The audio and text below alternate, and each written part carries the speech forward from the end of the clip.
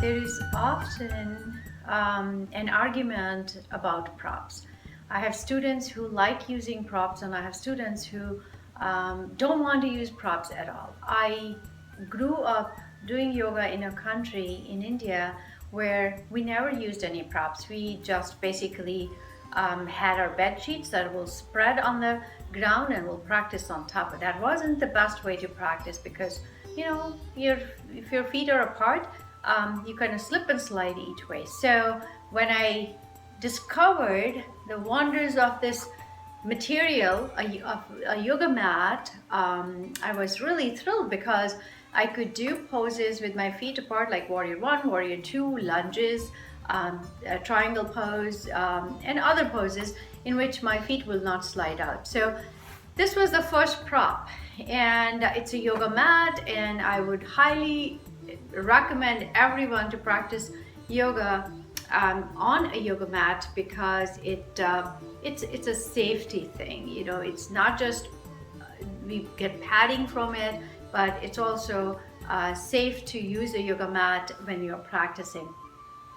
So the other reason why I would recommend people to use props is it's a safety thing. Sometimes people have bad balance, so even when you're using a wall or a chair to balance against or balance with, you are actually using a prop. So it is it's a, you know, if I had to choose between using a prop or using the safety of my students, definitely I would choose to use a prop so that my students can practice or experience a yoga pose safely.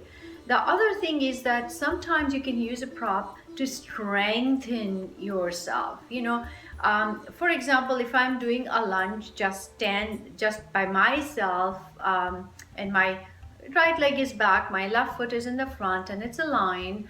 I'm not really working much in terms of what is happening to my upper body. So I may add a variation to the pose where I can push my hands against the wall. So I'm really helping my arms become stronger or strengthened while I'm working on my lower body. So that's another reason why I would recommend people using props. So there are lots of props that you know, that actually add variety or modifications to the poses. Again, modifications are used for the safety, for helping students go further into the pose, and or bringing better alignment to the posture.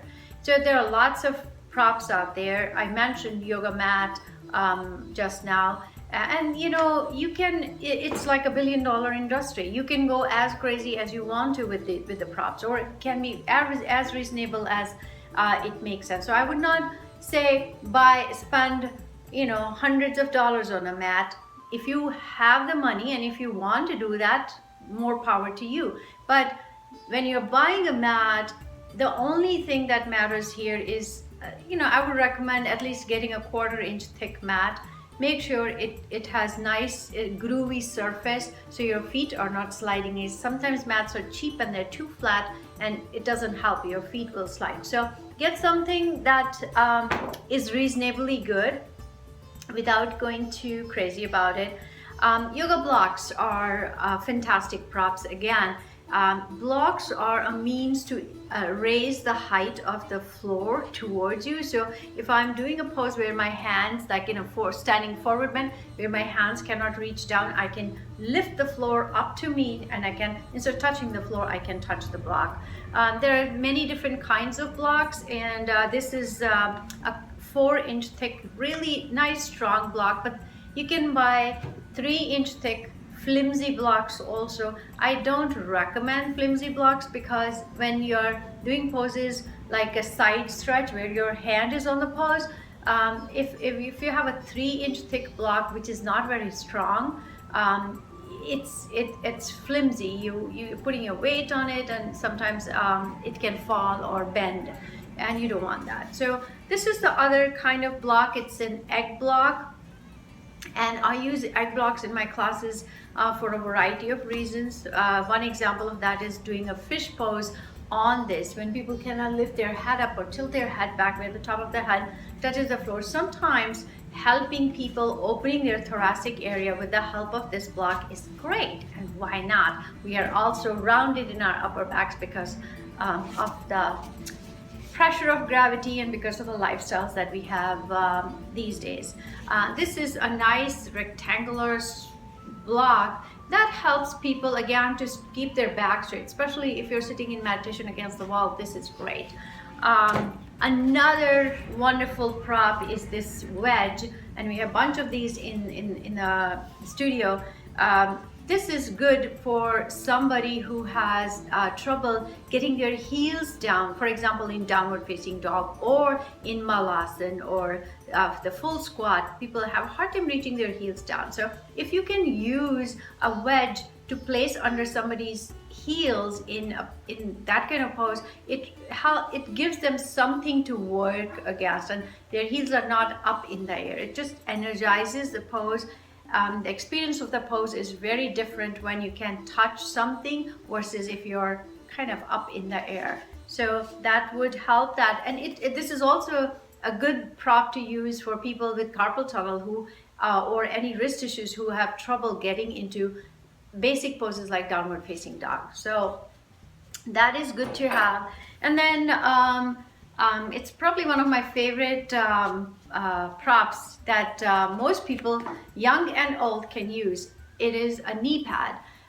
We go a lot on our knees. There's a whole sequence or a whole class you can do just being on your knees, and that can be too hard on people's knees even if you have a 1/4 inch thick mat. So you can use knee pad, and if you don't want to use a knee pad, using even a blanket would be a good idea.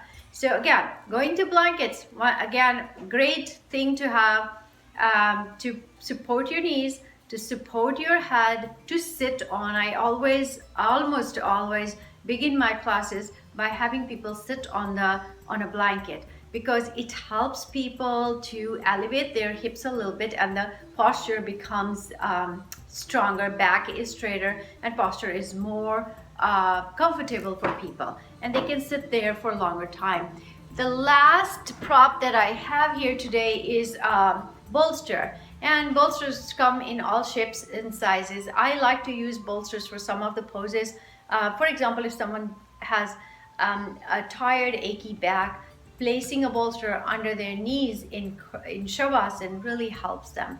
Again, if someone has really tight, rounded lumbar spine, instead of sitting on the blanket, they can sit on a bolster. It further elevates their hips and it feels great. There are many other props besides this that we can share and show you. So here are two different kinds of belts, and this is called a D-ring and this is a plastic ring. I personally like D-ring than the buckle ring. Buckle kind of with time wear out, and D-rings are better. As far as the length of the strap is concerned, you can buy them in 6 foot, 8 foot, 10 foot lengths. I personally like 10 foot best because it's longer, and if you want to kind of wrap it around your back and under your feet like in bound ankle pose, you have a lot of strap to use that. Even if you have a smaller strap, you can double them. You can tie 2 straps together and work with that, but it's best to buy cotton straps and 10 foot long straps. Chairs are fantastic also because chairs you can do, it's a great prop because chairs can be used for seniors who have trouble standing. So you can teach on chair, you can do corporate yoga, you can teach corporate yoga on the chairs also, but chairs can become also very challenging. You can do a lot of challenging stuff on the chair, like Warrior 2 is an example. You can sit and just get people to go deeper into a pose, and get people to open up more with the help of a chair. Balance is not so much a challenge when people can go deeper into a pose. Something like tree pose, when people have trouble balancing, you put your foot on the chair, and maybe this is what tree pose is for some people. But if someone is tall, your knee can rest on the chair, but I'm shorter, so my knee does not. But fortunately, I have good balance, and again, I don't need the chair. But if someone needed balance, they had the flexibility but not the balance, then putting your foot here and using the chair back to balance would be a good these lovely things, they are solid, beautiful wood, and these can be used as meditation benches. You can sit on it and sit in meditation for longer periods of time.